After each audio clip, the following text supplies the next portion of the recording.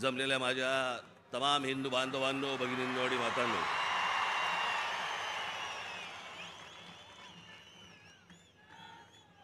असं वाटतंय सभा सिमल्याला आहे.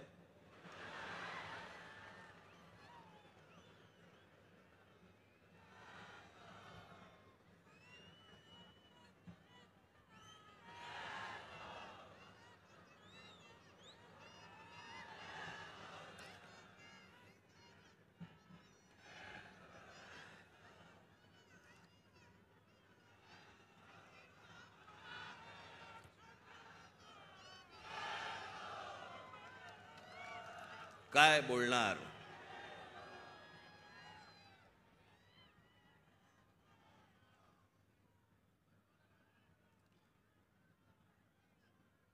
जवळपास 5 वर्षानंतर या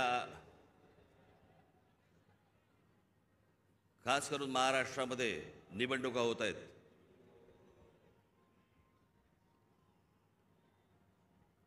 महानगरपालिकेच्या निवडणुका आत्ता होतील असं म्हणता अजूनही होत नाहीयेत.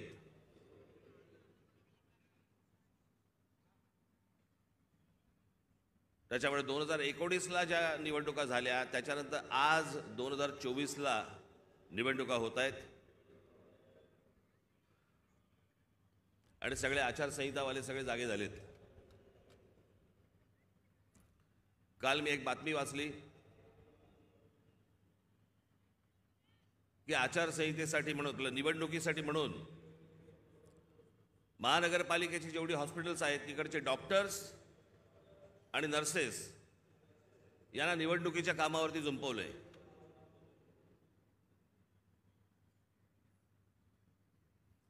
डॉक्टर काय मतदाराच्या नाडी मोजणार काय? की नर्सेस काय मतदारांचे डायपर बदलणार?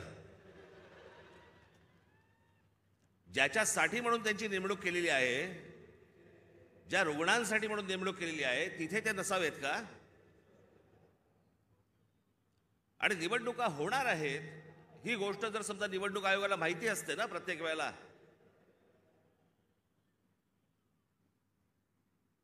एक पॅरलल फळी का नाही उभी करत तुम्ही? दरवेळेला आपल्या काहीतरी शालेय शिक्षक घ्यायचे, नर्सेस घ्यायच्या, डॉक्टर्स घ्यायचे, हे कुठचे उपद्व्याप?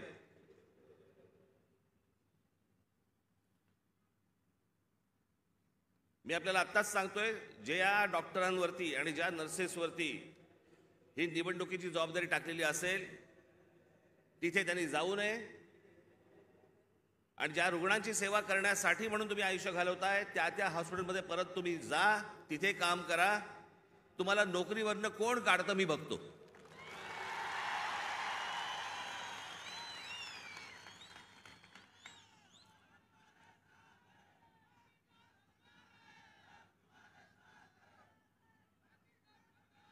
आज सगळेजण तुम्ही महाराष्ट्राच्या कानाकोपऱ्यातनं सर्वजण आलात.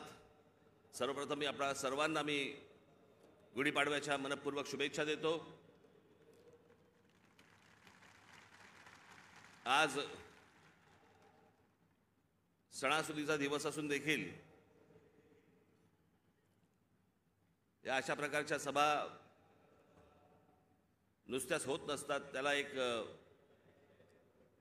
पोलीस यंत्रणेवरती देखील एक ताण असतो.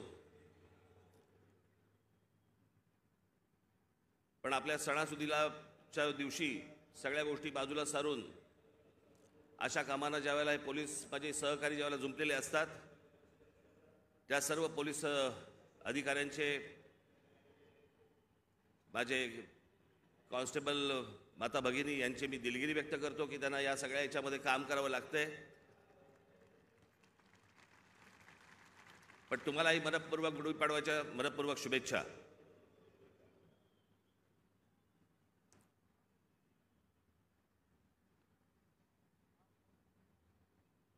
जसे तुम्ही ऐकत होतात तसा मीही ऐकत होतो. जसे तुम्ही वाचत होतात तसा मीही वाचत होतो. त्या अमित शहांच्या भेटीनंतर जे काही चक्र सुरू झाली, बरं हे आमचे बांधव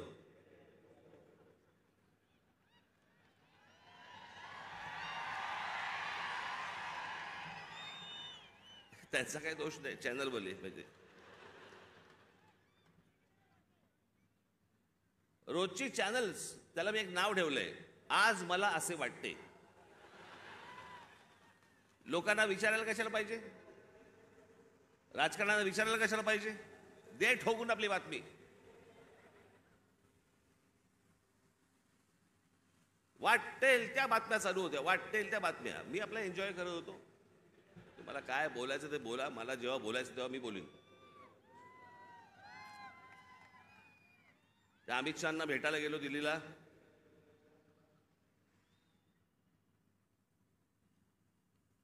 बरं, तिथे अमित शहांना भेटीच्या वेळेला कोण, अमित शहा आणि मी. तुम्हाला कुठून रे कळलं?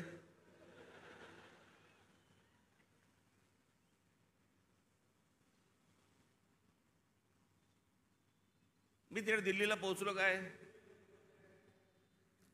राज ठाकरेंना 12 तास थांबायची वेळ आली. अरे गधड्या, दुसऱ्या दिवशीची भेट होती. 12 तास थांबायची कुठून आली? आदल्या दिवशी पोहोचलो तिथं रात्री. त्यात थांबायचा काय विषय आला? पण हे थांबत नाहीत. मला असे वाटते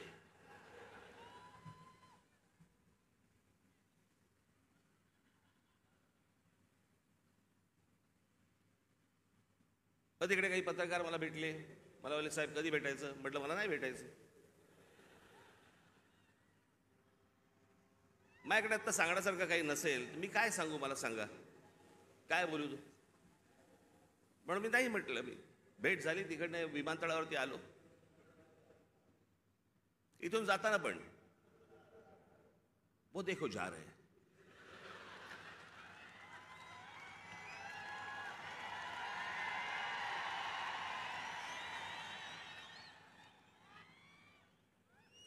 हल्ली हे असतात, पूर्वी ते आचारसंहितावाले असायचे, कुठेही कॅमेरा घेऊन जायचे.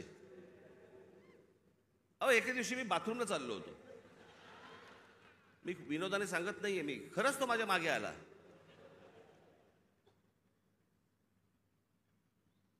म्हटलं, पुढे काय करायचं ठरवलंयस?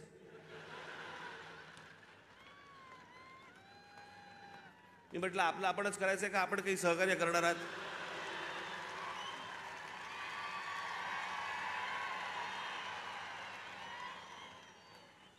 कुठे जरा मोकळीक म्हणून नाही. मी इथे माझ्या इकडे घराच्या बाहेर पत्रकार बिचारे ते बसलेले असतात, त्यांना काही. मी म्हटलं, अरे एखादी गोष्ट ठरली, समजा निवडणुकीच्या संदर्भात ठरली, तर मी येऊन सांगीन ना, की लपून लपून निवडणुका लढीन. कोणाला सांगू नको, मतदारांना कळवू नको मी निवडणूक लढवतोय. म्हटलं, अरे जर समजा काही ठरलं तर पत्रकार परिषद घेईन, भाषण करीन, येऊन सांगीन की बाबा असं असं अशाच्या गोष्टी ठरल्या आहेत.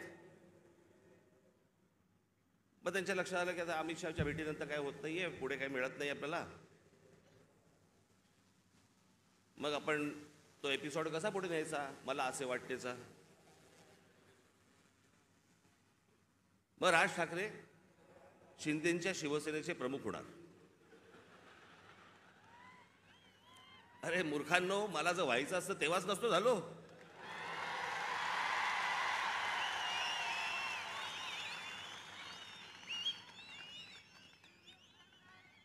या माझ्या घरी इथे जवळपास 32 आमदार, 6-7 खासदार,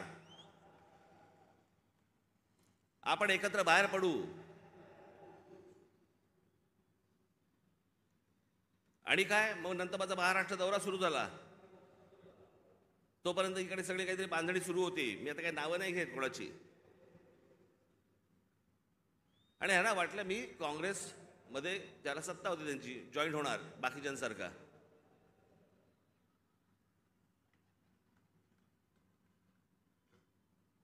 मी त्याला पहिल्यांदाच सांगितलं, म्हटलं मला पक्ष फोडून कुठचीही गोष्ट करायची नाही.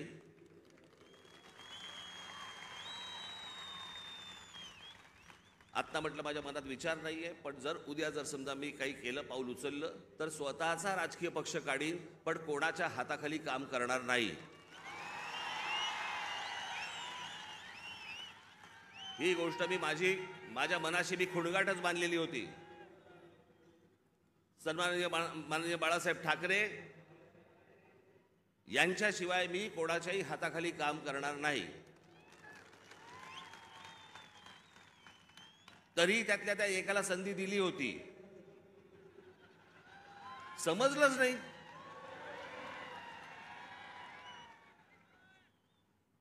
जाऊन दे, पण तो झाला भूतकाळ.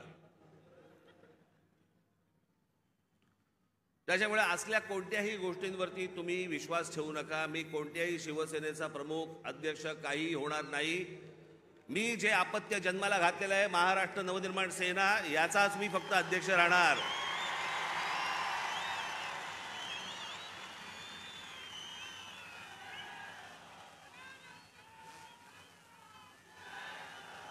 तुमच्या सगळ्यांच्या विश्वासावरती हा जो पक्ष आजपर्यंत उभा केलेला आहे त्याला 18 वर्ष झालेली आहेत.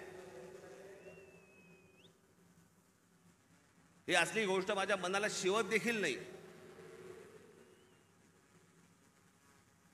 पण काही नाही, मी आपला हसत होतो, कारण त्यांचं काही करू शकत नाही आपण. आज मला असे वाटते, वेगवेगळ्या बातम्या वेगवेगळ्या गोष्टी येत होत्या. मी खरं तर काही गोष्टी लिहून आणल्या होत्या तेव्हा. मग ते काहीतरी जागा वाटप,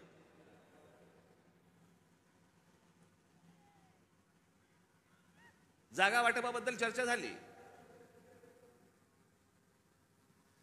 पण मी तुम्हाला खरं सांगू ना, मी शेवटचा जागा वाटपाच्या चर्चेला जो बसलो होतो 1995 साली, त्याच्यानंतर मी आजपर्यंत जागा वाटपाच्या चर्चेला मी कधी बसलो नाही. त्याच्यामुळे माझं टेम्परामेंटच नाही.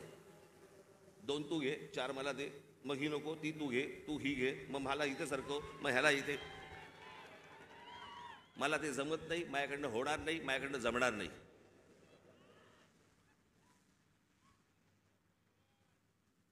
मग मला सांगितलं, आमच्या निशाणीवरती लढा.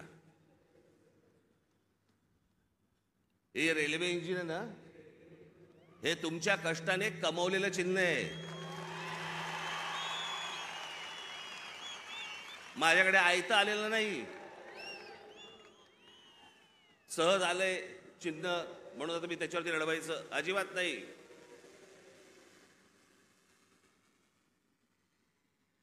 चिन्हावरती कॉम्प्रोमाइज होणार नाही.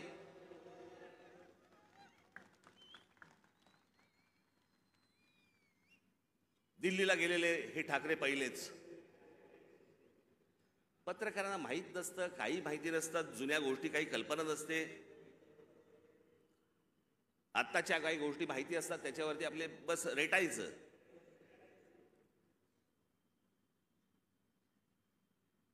एकोणीसशे साली, मी तुम्हाला मुद्दामून सांगतो, 1980 साली माननीय बाळासाहेब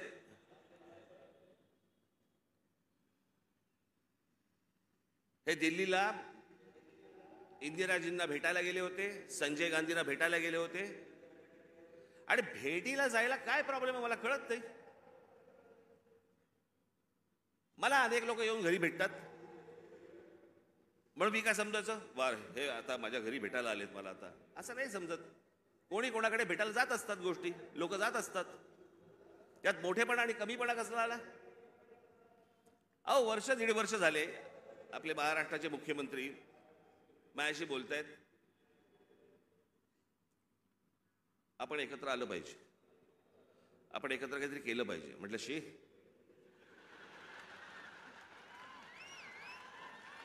म्हटलं काय केलं पाहिजे?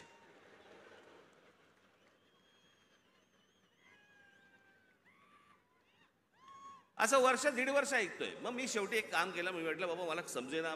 मला देवेंद्रजी पण सांगत होते, फडणवीस, एकनाथजी पण सांगत होते आपण एकत्र आलं पाहिजे, एकत्र आलं पाहिजे. म्हटलं एकत्र आलं पाहिजे म्हणजे काय?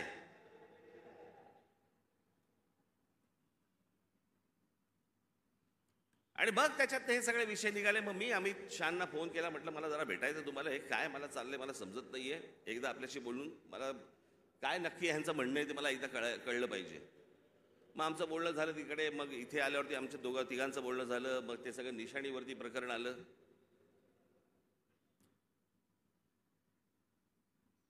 मग लगेच सुरू झाले, एका भेटीत, एका दौऱ्यात मग आता त्या लाव रे तो व्हिडिओचं काय होणार? मी तुम्हाला पहिली गोष्ट एक सांगतो, थोडीशी पार्श्वभूमी देतो. माझा जन्म ज्या घरात झाला त्या घरामध्ये शिवसेनेचा जन्म झाला.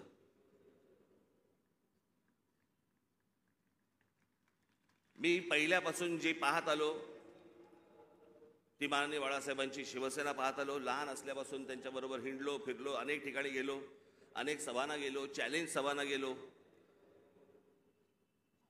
त्याच्यामुळे माझ्या आयुष्यातला एकमेव तेव्हाचा पक्ष होता तो म्हणजे शिवसेना.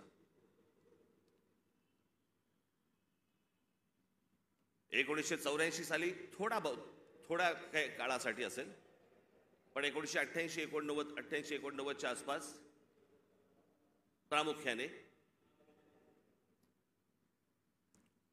भारतीय जनता पक्ष आणि शिवसेनेची युती झाली. आणि ती युती झाल्यानंतर शिवसेनेबरोबर जर सर्वाधिक माझे संबंध कोणाबरोबर आले असतील तर ते भारतीय जनता पक्षाबरोबर आले. आमच्या गोपीनाथराव मुंडेंबरोबर आले, प्रमोद महाजनांबरोबर आले, आमच्या नितीन गडकरीजींबरोबर आले.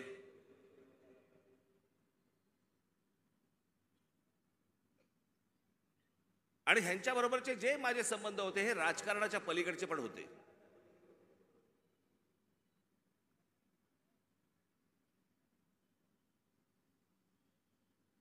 माझा संबंध कधी काँग्रेस, राष्ट्रवादीत खूप नंतर, पण काँग्रेसवाल्यांशी माझा तसा संबंध कधी आला नाही. भेटी होत्या, म्हणजे पु ल देशपांडेंच्या भाषेत सांगायचं तर काँग्रेसवाल्यांबरोबर भेटी होत्या, पण गाठी पडल्या त्या भाजपवाल्यांबरोबर.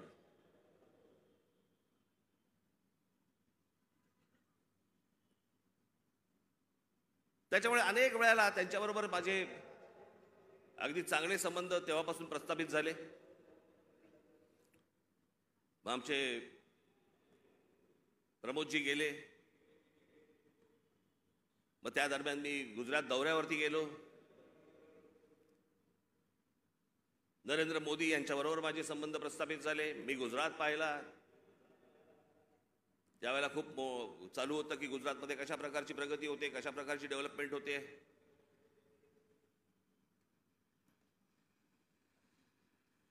आणि ती सगळी प्रगती, सगळी ती डेव्हलपमेंट मी पाहत होतो. मला माहिती होतं. मी त्याच्यानंतर मी महाराष्ट्रामध्ये जेव्हा आलो, मला पत्रकारांनी प्रश्न विचारले, कसं वाटलं गुजरात?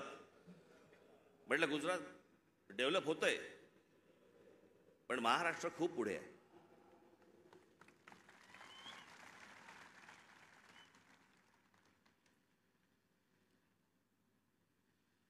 आणि मग त्यावेळेला ते जसे जसे त्यांच्याबरोबरचे संबंध माझे प्रस्थापित व्हायला लागले, एक वेळ आली या देशामध्ये हा राज ठाकरे पहिला माणूस होता ज्यांनी या देशाचे पंतप्रधान नरेंद्र मोदी व्हावेत असं बोलणारा पहिला माणूस मी होतो. त्यांच्याही पक्षातलं कोणी बोललं नव्हतं तोपर्यंत. मला असं तेव्हा वाटलं की बाबा आपला एक स्वतःचा विचार असतो, त्याच्यात माणसं बोलत असतात, माणसं काही गोष्टी सांगत असतात, माणसं स्वप्न दाखवत असतात. स्वप्न सत्यामध्ये उतरावीत अशी प्रत्येकाची अपेक्षा असते, आशा असते. आणि मग ज्या वेळेला 2014ची निवडणूक झाली, 2014च्या निवडणुकीच्या अगोदर मी काही अनेक भाषणं त्यांची ऐकत होतो, आणि 2014ची निवडणूक झाल्यानंतर मला असं वाटलं, अरे मी जे ऐकत होतो ते आता मला या 5 वर्षात दिसत नाहीये. काहीतरी वेगळ्याच गोष्टी दिसत आहेत. नोटबंदी काय दिसते, बुलेट ट्रेन काय दिसते. मी तुम्हाला आजही सांगतो, ज्या गोष्टी मला पटलेल्या नाहीत त्या मला पटलेल्या नाहीत. उद्या कितीही संबंध परत चांगले झाले किंवा नाही झाले तरी ज्या गोष्टी मला चांगल्या वाटल्या स्वागत करणार, ज्या गोष्टी नाही पटल्या विरोध करणार. आणि ज्या माणसावरती सर्वाधिक विश्वास असतो, 30 वर्षानंतर राजीव गांधींची सत्ता आली होती 1984 साली, त्याच्यानंतर 20-30 वर्षानंतर एका माणसाच्या हातात या देशाचं बहुमत आलं. मी विचार करतो या देशाचं काय काय गोष्टी होऊ शकतात, काय काय गोष्टी घडू शकतात.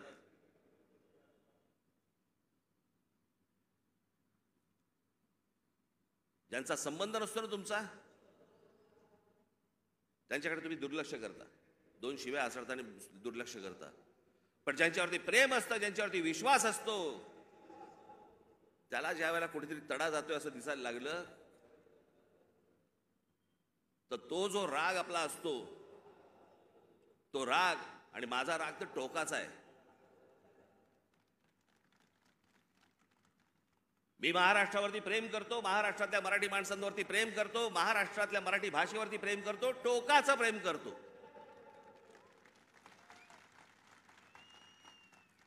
तसं एखाद्यावरती मी जर विश्वास टाकला तर मी टोकाचं प्रेम करतो. पण मला जर समजा तशी गोष्ट दिसली नाही तर मी टोकाचा त्याला प्रतिकार करतो, टोकाचा विरोध करतो. तो टोकाचा विरोध तो 2019 सालच्या माझ्या त्या लाव रे तो व्हिडिओचं काय त्याला कोणीतरी टॅगलाईन दिली, लाव रे तो व्हिडिओ. पण त्या सगळ्या गोष्टींमध्ये ती गोष्ट तुम्हाला दिसली असेल. होय, टोकाचा विरोध केला मी. पण ज्या ज्या वेळेला त्यांच्याकडनं चांगल्या गोष्टी ज्याला घडल्या, 370 कलम ज्याला रद्द झालं, त्याला अभिनंदन करणारं पहिलं ट्विट माझं होतं.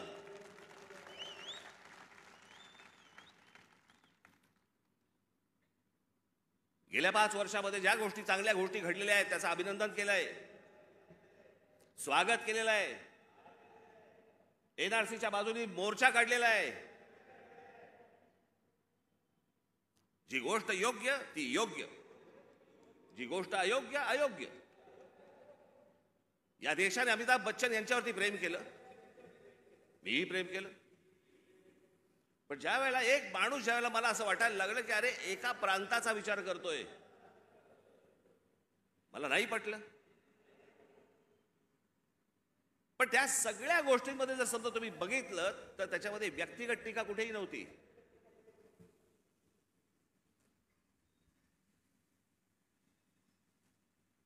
आज उद्धव ठाकरे आणि संजय राऊत ज्या प्रकारची टीका आज नरेंद्र मोदी आणि भारतीय जनता पक्षावरती करतायत, तशी माझी टीका नव्हती. मला काही नको होतं. मला मुख्यमंत्री पद मिळालं नाही म्हणून मी विरोध नाही केला. मला भूमिका पटली नाही म्हणून मी विरोध केला.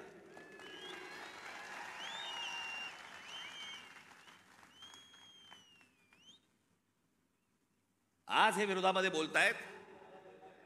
मग ज्या वेळेला मी बोलत होतो त्यावेळेला खिशातले राजीनामे बाहेर काढून माझ्याबरोबर का नाही आलात?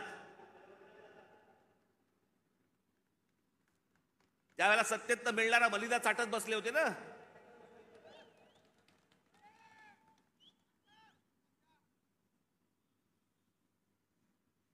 आज ह्यांना या गोष्टी सुचतायत.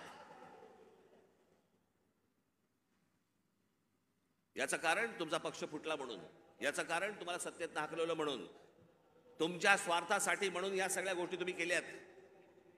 मी त्या गोष्टी नाही केल्या. मला भूमिका नाही पटली म्हणून मी विरोध केला. मला त्याच्या बदल्यात काही हवं होतं म्हणून नाही विरोध केला.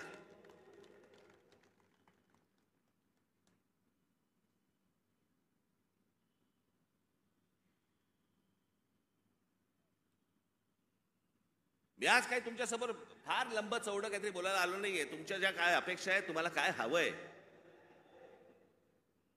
ते सांगण्यासाठी आणि मांडण्यासाठी म्हणून मी तुमच्या समोर आलोय आज.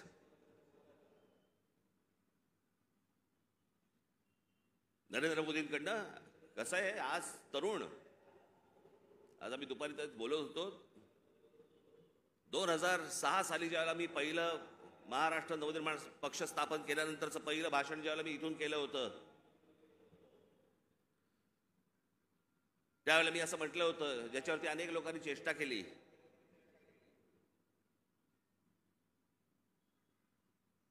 मी म्हटलं होतं की माझ्या महाराष्ट्रामधला शेतकरी हा जीन्स घालून ट्रॅक्टरवरती बसलेला मला शेतकरी मला अपेक्षित आहे, हवा आहे भविष्यात.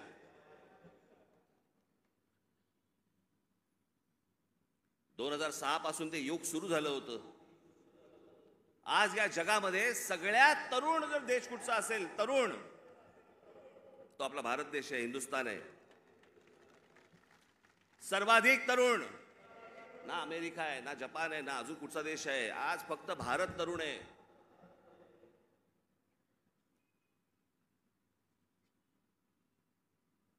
या तरुणांना, या तरुणींना शिक्षणाची गरज आहे, चांगल्या शिक्षणाची गरज आहे, तंत्रज्ञानाची गरज आहे.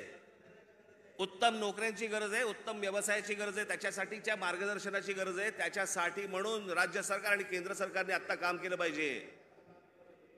आम्ही तेच बोलतो. आता जवळपास 18 वर्षातली निघून गेली, उरली फक्त 10 वर्ष. 10 वर्षानंतर हा देश पुन्हा वयस्कर व्हायला लागणार. तरुणांची संख्या कमी होणं. माजी नरेंद्र मोदी यांच्याकडनं आज अपेक्षा आहे की बाकी सगळं सोडा, या तरुणांकडे, या भारतातल्या तरुणांकडे पहिल्यांदा लक्ष द्या.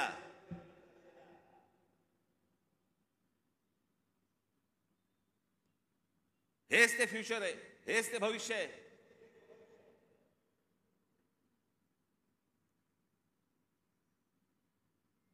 दुपारी बोलताना आमचा तोच विषय होता की बाबा हे बघ, हा काळ कधी होता. प्रत्येक देशाचा एक काळ येतो.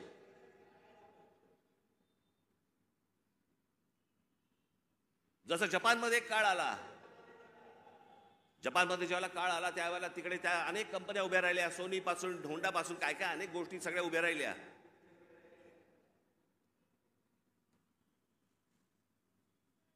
अनेक व्यवसाय उभे राहिले, अनेक व्यावसायिक उभे राहिले.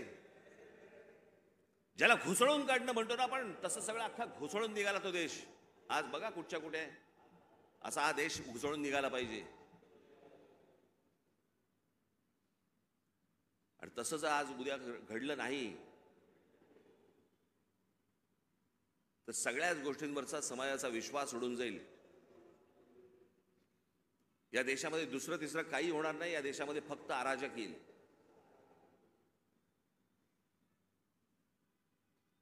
जर नोकऱ्या उपलब्ध झाल्या नाहीत, जर व्यवसाय उपलब्ध झाले नाहीत, लोकसभेमध्ये सांगितलं गेलं की या देशामध्ये जवळपास 6 लाख उद्योगपती, व्यापारी हे हा देश सोडून गेले. 6 लाखाचा अर्थ काय होतो? हा तर अधिकृत आकडा आला आपल्याकडे, पण हे यापुढे होता कामा नये. या देशातल्या तरुणांकडे पाहणं गरजेचं आहे. महाराष्ट्र ज्या प्रकारचा कर भरतो केंद्राला, त्याच्या मोबदल्यात महाराष्ट्राला मोठा वाटा हा महाराष्ट्राला आला पाहिजे. याच्यासाठी म्हणून आज नरेंद्र मोदींकडनं माझी अपेक्षा आहे.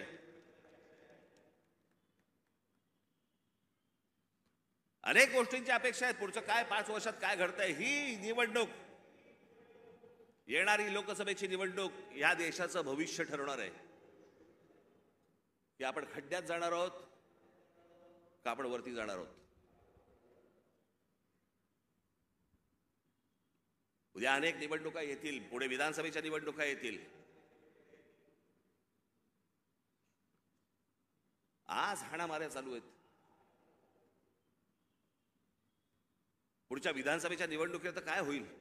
कोथळे बाहेर काढतील.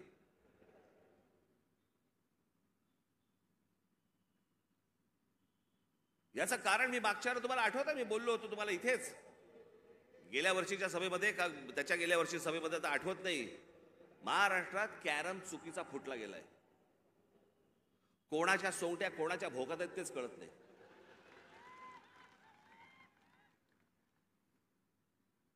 माणूस राजकारणातला आला की विचारावं लागतं कोणत्या पक्षात. मध्यंतरी मी आपल्या पुण्याला गेलो होतो नाट्य संमेलनाला. तिकडे 5 जण मला भेटायला आले, नगरसेवक होते राष्ट्रवादीचे. मला बोलले नमस्कार साहेब. म्हटलं नमस्कार, आम्ही राष्ट्रवादीचे नगरसेवक. म्हटलं कोणाचे? त्यातले 3 बोलले आम्ही दादाचे, 2 बोलले आम्ही शरद पवारांचे. अशी सगळी परिस्थिती या महाराष्ट्राची झालेली आहे. या महाराष्ट्रातनं पुढे जाताना आपल्याला मार्ग शोधायचा आहे, आपल्याला मार्ग काढायचा आहे. माझ्या महाराष्ट्र सैनिकांवरती विश्वास आहे. आपण योग्य मार्ग आपण या महाराष्ट्राला दाखवू, निश्चित दाखवू. पण माझी महाराष्ट्राकडनं देखील अपेक्षा आहे, माझी महाराष्ट्राला देखील अपेक्षा आहे, माझ्या महाराष्ट्रातल्या मतदारांना देखील अपेक्षा आहे, माझी अपेक्षा आहे त्यांच्याकडनं.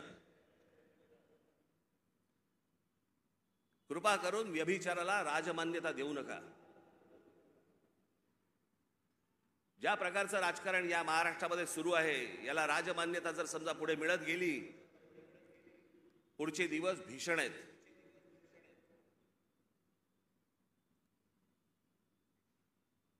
पण या आजच्या सगळ्या परिस्थितीमध्ये जेव्हा सगळ्या बाजूनी मी जेव्हा पाहतो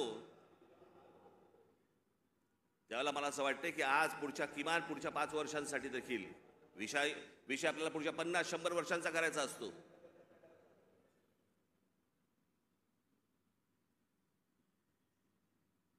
पण इथे ज्यावेळेला मी बसलो होतो, ज्यावेळेला देवेंद्र फडणवीस आणि मुख्यमंत्र्यांबरोबर, त्याच्यानंतर माझं आणि देवेंद्र फडणवीसांचं बोलणं झालं आणि मी म्हटलं की मला नको ते, म्हटलं तर मला त्या वाटाघाटी मला पाडू नका याच्यामध्ये.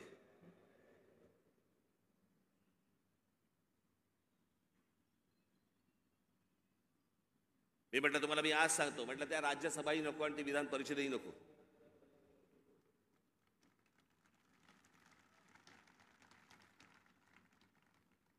पण या देशाला चांगल्या खंबीर नेतृत्वाची गरज आहे, ज्याच्याकडनं माझ्या अपेक्षा आहेत त्याही पूर्ण झाल्या नाही तर राज ठाकरेचं तोंड आहेच. पण या पुढच्या काही भवितव्यासाठी म्हणून खंबीर नेतृत्वाची गरज असताना म्हणून मी त्यांना सांगितलं मला काही अपेक्षा नाही आहेत. महाराष्ट्र नवनिर्माण सेना, भारतीय जनता पक्ष, शिवसेना आणि एनसीपी, परंतु फक्त नरेंद्र मोदींसाठी बिनशर्त पाठिंबा देत आहे, हे मी आज आपल्या समोर सगळ्यांसमोर जाहीर करतो. आणि माझ्या गावागावातनं सगळ्या महाराष्ट्रामधनं आलेल्या माझ्या सर्व महाराष्ट्र सैनिकांना मला फक्त एकच सांगायचं आहे, विधानसभेच्या तयारीला लागा, जोरात विधानसभेच्या तयारीला लागा. पुढच्या गोष्टी पुढे आपण कसलाही विचार न करता आत्ता बांधणीचा विचार केला पाहिजे आपण. आणि त्याच्यासाठी म्हणून मी तुम्हाला महाराष्ट्रभर सगळ्या ठिकाणी भेटण्यासाठी लवकरच आपल्यासमोर येत आहे. आज जे काही मला मांडायचं होतं हे आपल्यासमोर आज मांडलेलं आहे. उद्या अजून जर समजा समोरच्यांची पकपक झाली तर अजून माझी दारं खिडक्या उघड्या करायला तोंडाच्या मी मोकळा आहे. आपण निश्चिंत राहा, जिथून आलेला आहात तिथून व्यवस्थित जा. जाताना आपण व्यवस्थित गाडीने ज्या आलेला आहात गाड्या नीट सांभाळून चालवा. घरचे लोक आपली वाट पाहत असतील. पुन्हा एकदा मी आपल्याला सर्वांना मी गुढीपाडव्याच्या मनपूर्वक शुभेच्छा देतो आणि आपणा सर्वांची मी रजा घेतो. धन्यवाद. जय हिंद, जय महाराष्ट्र.